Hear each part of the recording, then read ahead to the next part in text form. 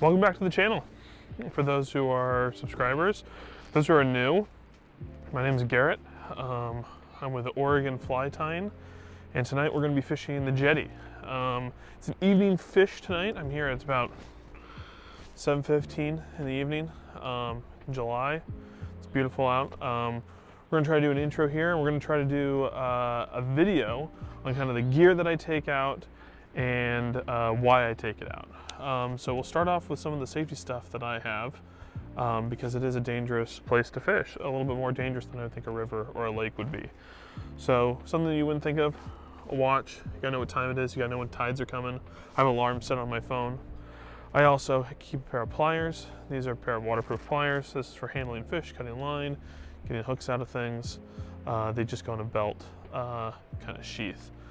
I also have a life jacket. This is mine. In it, I keep a glow stick on it, and I also have a whistle. So you need a sounding device when you're on the water. Generally when you're on a boat, it's required.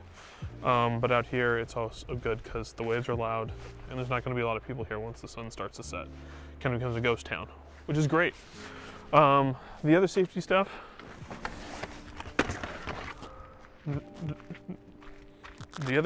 that I have, closed-toed shoes. You don't want to be out here in flip-flops or a pair of Crocs. These are the Corkers wet wading shoes.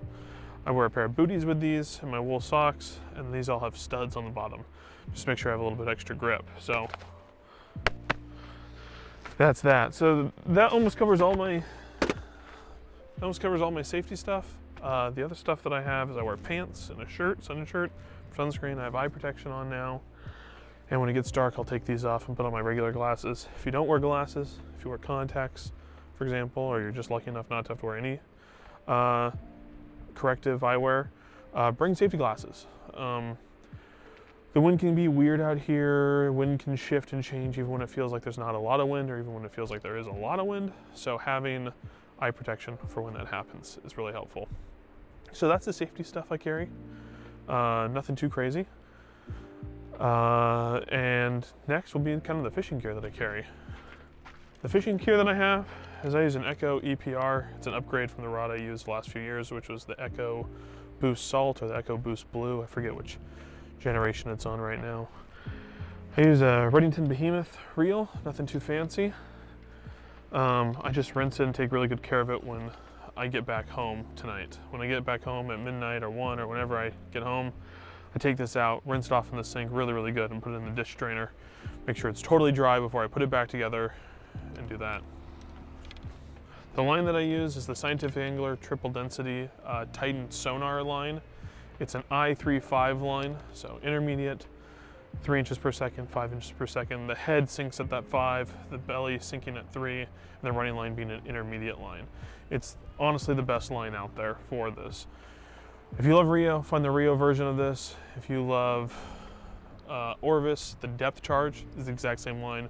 Orvis owns Scientific Angler, so the lines are the same, just different packaging. If you love Cortland or Airflow, get that version. So those are the lines that I use, and the rods and the reels.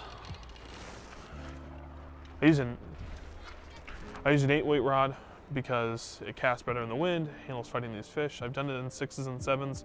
You're just undergunned when it comes to the fish. Always carry a stripping basket.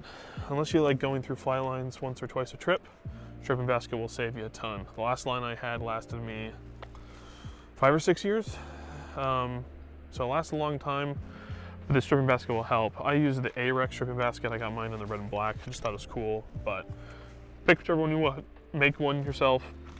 Kind of do whatever. I love this one because it's so low profile. It sits right on my hip, and I just strip my line right into it. So really simple. So I'm carrying, we've talked about the safety gear, talked about the fishing gear. Let's talk about the flies. So I keep all my flies in a Bugger Beast Junior fly box. I have things like synthetic clousers, some jetty worms. You can see sporadically put in here, some bucktail clousers, and then some game changers, some finesse game changers or synthetic game changers. These are all the flies you need. If I had to be stuck with one fly, I used to tell everyone it was the chartreuse and white clouser, and that really catches everything. I've slowly shifted over to the jetty worm. It is phenomenal. It is one of the best flies I've ever used for fishing for a specific species ever. So big fan of that one in the peach color that Spawn Fly Fishing up in Milwaukee, Washington developed. Shout out Josh Phillips and Spawn. And then the other one, color variation I love a lot is white. You can see that's the color I have the most. But chartreuse is good, red's good, black's good, and so is kind of like a smolty anchovy color. I think the only thing I left off the list from what I can think about, we mentioned good shoes, good pants, rods, reels, lines, life jackets or PFD, eye protection, watches for tides, phone just in case things go south. Gotta have your fishing license. Oh, headlamp. Headlamp is the very last thing. So you gotta have a headlamp when you're out here. It gets dark really fast and you don't really need it for when you're fishing, but it's really nice to have when you're unhooking fish and when you're trying to get back from the rocks back to your rig. So I think that covers everything. If you like this video and you want to know more about jetty fishing, subscribe to the channel. I'm releasing videos about every 2 weeks right now. Some on still water, some out here at the jetty, some for smallmouth, some for river fishing and everything in between. All my kind of fly fishing adventures around the state of Oregon. So like, subscribe, and I will see you in the next one.